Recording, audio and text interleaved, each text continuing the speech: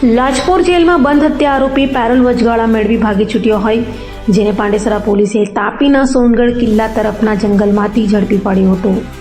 Surat police commissioner Anupamsinh Gehlot, સંયુક્ત police commissioner Mahendra Bagadiya, નાયબ police commissioner નિધિ ઠાકોર અને મદદનીશ પોલીસ કમિશનરની સૂચનાને લઈ પીઆઈ જે.આર. ચૌધરી અને એસજી ચાવડાની ટીમ પીએસઆઈ કે.જે. વસાવા અને બારોટની સૂચનાને લઈ પેટ્રોલિંગમાં હતી. ત્યારે એએસઆઈ વિજયભાઈ અને અનારમાં હેડ કોન્સ્ટેબલ વિનોદભાઈને મળેલી બાતમીના આધારે પાંડેસરા પોલીસ મથકમાં વર્ષ 2023માં હત્યાના ગુનામાં ઝડપાયેલો અને હાલ પેરોલ વચગાળા જામીન પરથી ફરાર થયેલો આરોપી તાપી જિલ્લાના સોનગઢ કિલ્લા તરફ જંગલમાં હોવાની માહિતી મળતા તેને ટ્રેસ કરી જંગલમાંથી આરોપીને પાંડેસરા પોલીસે ઝડપી પાડી સુરત લાવી તેનો કબજો લાજપોર જેલને સોંપવાની તજવીજ હાથ ધરી હતી.